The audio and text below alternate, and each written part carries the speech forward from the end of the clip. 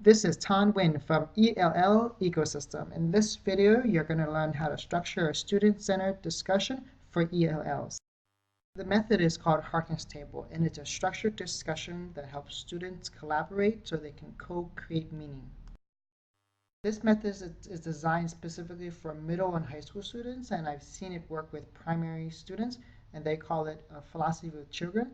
But regardless, the students that you work with have to have some social and some academic language. First step in the Harkness Table is to share a stimulus to help students think about the topic. For science class, you could share a diagram such as this image of a cell. Music teachers can share a recording of a song. A line graph or a pie chart can be shown in a math class. Drama teachers can show a performance such as a musical recording. A piece of artwork such as a sculpture can be shared in an art class. In an English or EAL classroom, I actually share a text, and this can be a section of a short story, a stanza in a poem, or one paragraph in an article.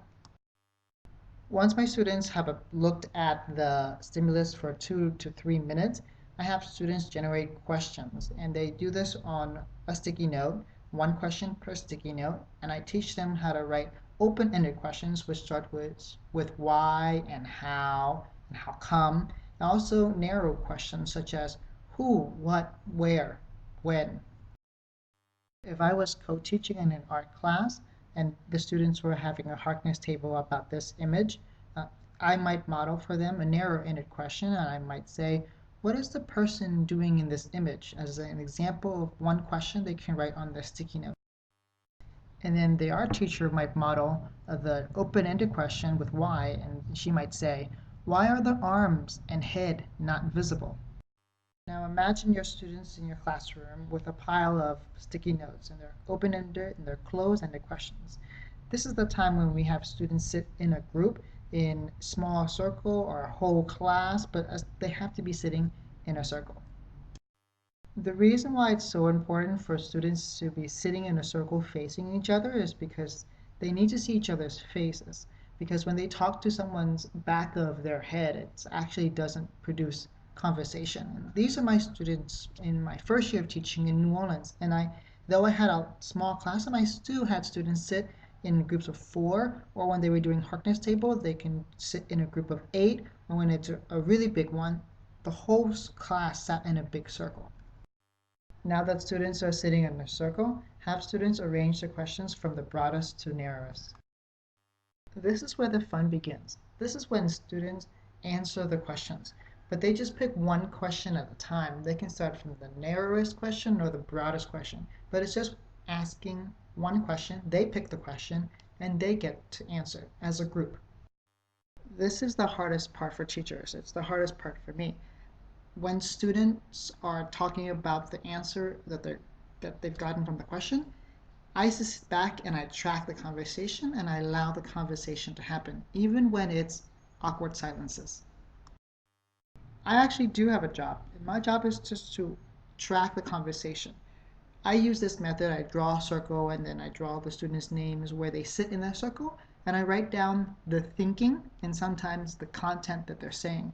But the thinking is more important because I want to show them that they're using different kinds of thinking when they're sharing their idea. This is from an 8th grade class where students were studying waves connected to science, and this is 2 days of conversation between 4 different students. I think about my job or my role during this process as a lifeguard. A lifeguard just sits and observes and intervenes when it's life or death or when it's dangerous. When I notice a person is attacked instead of an idea, that's when I intervene. I often say, what do you think of what X just said? If I really want to, or I feel the need to intervene. When I'm tracking the students' thinking, I often look for comparing, making connections, providing opinions and justifications, and questioning. This is often students asking their classmates to clarify what they just said.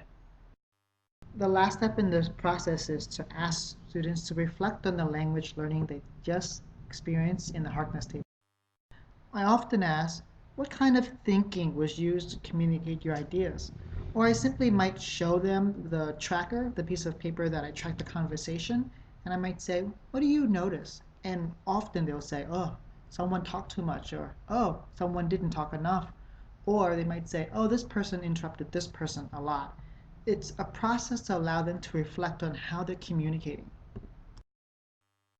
I learned this method after my first year of teaching in New Orleans. I spent the summer working at Philip Exeter Academy where I was a teacher, and this is where the method came from, which was at this boarding school.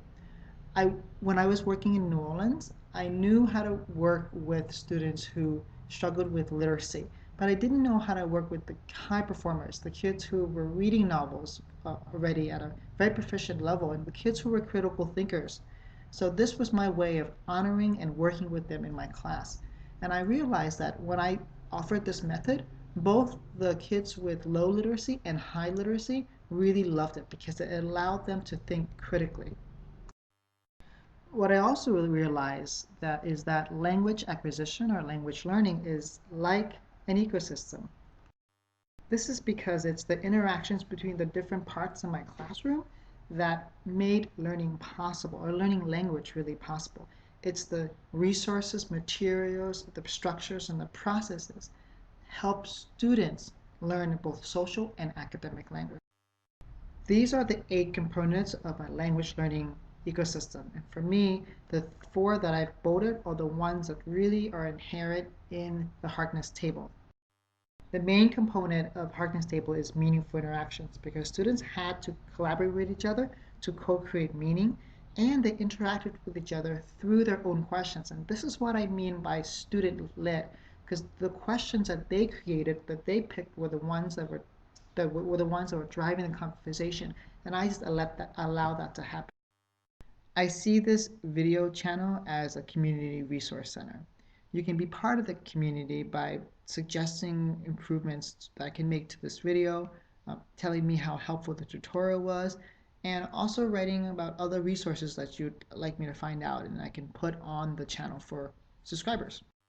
I invite you to join my newsletter if you found this tutorial helpful. You'll receive free resources that will help you build your own learning language environment that meets both your students' needs and your personal teaching style. Thank you for being part of the English language learning ecosystem.